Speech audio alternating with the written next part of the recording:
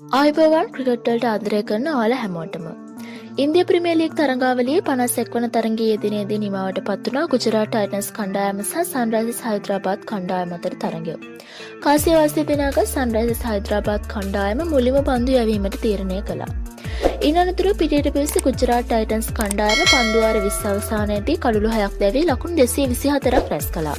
ලකුණු ලබා ගැනීමේදී සායි සුදර්ශන් ලකුණු 48ක්, ශුබ්මන් ගිල් ලකුණු 76ක්, ජෝස් බට්ලර් ලකුණු 64ක් සහ වොෂින්ටන් සුන්දර් ලකුණු 21ක්ද ලබා ගැනීමට සමත් වුණා. ලකුණු 225ක් හඹා යාමේ අරමුණින් ඉන්පසු පිටියට පිවිසි සන්රයිසර්ස් හයිදරාබාද් කණ්ඩායමට ලබා ගැනීමට හැකි වූයේ කඩලු 6ක් දැවී ලකුණු 186ක් පමණයි. ඒ අනුව ඊයේ දිනේදී තරඟයේ ගුජරාට් ටයිටන්ස් කණ්ඩායම ලකුණු 38කින් ජයග්‍රහණය කළා. ඉතින් දැන් අපි බලමු මේ ජයග්‍රහණය සමග මේ වෙද්දී ප්‍රසාද ලකුණු සටහන වෙනස් වෙලා තියෙන්නේ කොහොමද කියලා.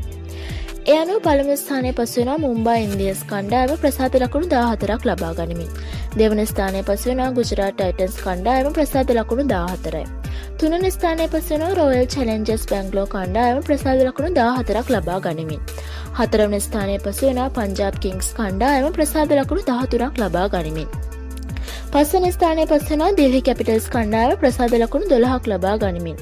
හයවෙනි ස්ථානයේ පසු වෙනවා ලක්නෝ සුපර් ජයන්ට්ස් කණ්ඩායම ප්‍රසාද ලකුණු 10ක් ලබා ගනිමින්. හත්වෙනි ස්ථානයේ පසු වෙන්නේ කොල්කතා නයිට් රයිඩර්ස් කණ්ඩායම ප්‍රසාද ලකුණු 9යි. අටවෙනි ස්ථානයේ පසු වෙනවා රාජස්ථාන් රොයල්ස් කණ්ඩායම ප්‍රසාද ලකුණු 6ක් ලබා ගනිමින්. නවවෙනි ස්ථානයේ පසු වෙන්නේ සන්රයිසර්ස් හයිදරාබාද් කණ්ඩායම ප්‍රසාද ලකුණු 6යි. 10වෙනි ස්ථානයේ චෙන්නයි සුපර් කිංග්ස් කණ්ඩායම පසු වෙනවා ප්‍රසාද ලකුණු 4ක් ලබා ගනිමින්.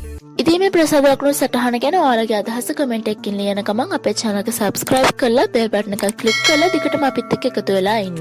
ගිහින් එන්නම් ඔයාලා හැමෝටම සුබ දවසක්.